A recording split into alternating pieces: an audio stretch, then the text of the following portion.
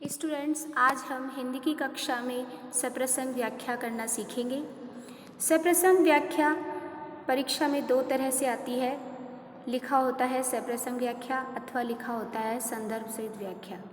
Students, ये प्रश्न उत्तर में प्रश्न पत्र में या तो 6 अंक की होती है अथवा 8 अंक की होती है, इसलिए हमारे लिए यह सीखना बहुत ही महत्वपूर्ण है।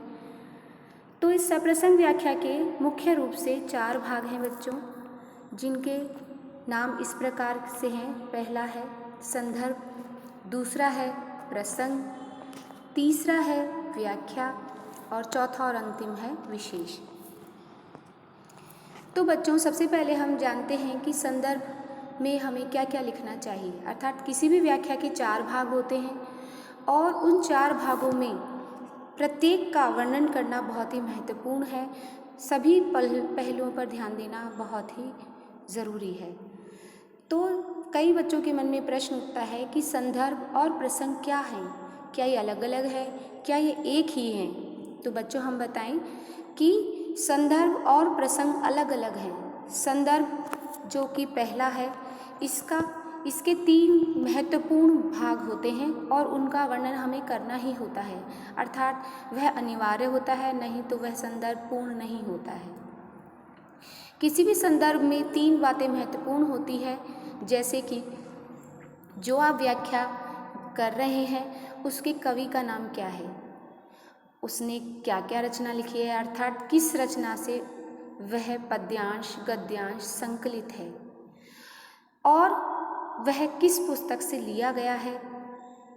तो इस प्रकार हमारा जो संदर्भ है वह इस प्रकार से प्रारंभ होगा। प्रस्तुत पद भी हो सकता है बच्चों, वो पद्यांश भी हो सकता है, और यदि वह गद्य में से आया है तो वह गद्यांश भी हो सकता है। तो हम इस प्रकार से लिखेंगे प्रस्तुत पद अथवा पद्यांश अथवा गद्यांश, जो भी आप चाहें, जो भी आपके प्रश्न में है वह हमारी पाठ्य पुस्तक। यहाँ पाठ्य पुस्तक के बाद रिक्त स्थान का मतलब है पाठ्य पुस्तक का नाम क्या है। उसके पश्चात लिखा हुआ है कवि लेखक, यानी कवि जो कवि है या फिर लेखक है उसका नाम। उसके बाद ग्रंथ, पुस्तक, रचना, यानी उसने कौन सा ग्रंथ लिखा है, कौन सी पुस्तक है, या उसकी किस रचना से यहाँ पर ये पद संकलित है, तो उस पद का, उस ग्रंथ का नाम। जब हम इसे पूर्ण कर लेंगे तो हमारा संदर्भ वाला जो पॉइंट है वो पूरा हो जाएगा। अर्थात पहले हम बताएंगे पुस्तक का नाम क्या है, उसके बाद बताएंगे कवि का नाम क्या है, और उसके बाद बताएंगे कि उसकी रचना का नाम क्या है। इस तरह से हमारा जो पहला पॉइंट है वो पूरा हो जाएगा। जो द्वितीय है वो है प्रसंग, अर्थात जिस पद्यांश की गद्यांश की हम व्याख्या कर रहे हैं उसमें कौन सी घटना वर्णित है, या कवि उसमें किसके विषय में बता रहा है, या पीछे उसमें क्या क्या बताया जा चुका है और आगे क्या वर्णन किया जा रहा है। तो हम प्रसंग को इस प्रकार से प्रारंभ कर सकते हैं कि इस पद्यांश अथवा गद्यांश, बच्चों इस डैश का ऑब्लिक का अर्थ है कि इनमें से आपको कोई एक लिखना है, तीनों नहीं लिखने हैं। अर्थात या तो आप पूरा पद आया है तो पद्य का अंश आया है तो पद्यांश, और गद्य का अंश आया है तो गद्यांश।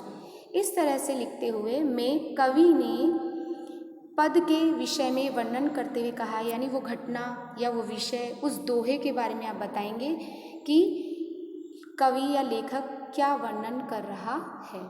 इस तरह से संदर्भ एवं प्रसंग दो आपके जो बिंदु है वो पूर्ण होते हैं। उसके बाद तृतीय जो बिंदु है वो है व्याख्या। इसमें आप जो भी प्रश्न में पद, पद्यांश या गद्यांश दिया गया है उसकी आप सरल शब्दों में क्या करते हैं, व्याख्या करते हैं। जो भी आपको उस पद को समझ में आता है, उसको पद को पढ़कर आप जो भी आप अपने अंतर्मन में अनुभव करते हैं वो सब आप व्याख्या में लिखते हैं, और उदाहरणों के माध्यम से या किसी अनुभव के माध्यम से उसे समझाने का प्रयास करते हैं। और चतुर्थ और अंतिम जो बिंदु है वो है बच्चों विशेष। विशेष के भी 3-4 भाग होते हैं, जिनमें से प्रथम है भाषा, अर्थात जो भी पद, पद्यांश, गद्यांश जिसका कवि या लेखक वर्णन कर रहा है उसकी भाषा क्या है, ब्रज है, अवधी है, हिंदी है, जो भी आप भाषा जिस भाषा में भी वो पद या पद्यांश या गद्यांश है। फिर उसमें कवि ने किस शैली का प्रयोग किया है, वो भावात्मक है, विवरणात्मक यानी केवल उसमें विवरण दिया गया है, उद्बोधन किया गया है, कौन सी शैली, सरल है, सहज है, क्लिष्ट मतलब कठिन। इसके अतिरिक्त तीसरा जो पॉइंट है इसका शैली विशेष का, वो है अलंकार, अर्थात उस पद में पद्यांश में कौन से अलंकार का प्रयोग हुआ है, अनुप्रास, पुनरुक्ति, रूपक, यमक, जो भी आपको उसमें वर्णन लगता है उस अलंकार का वर्णन करते हैं।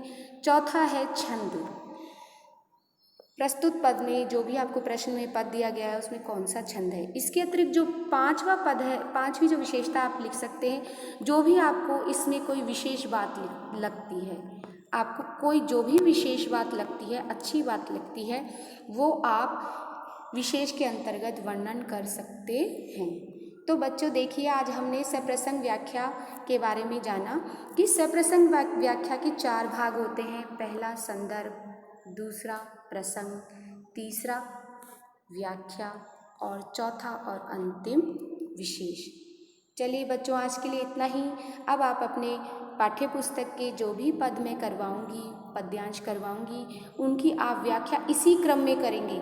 यदि आपने इस क्रम का अनुसरण नहीं किया, इस क्रम को फॉलो नहीं किया, तो आपकी व्याख्या सही नहीं होगी। चलो बच्चों, आज के लिए इतना ही।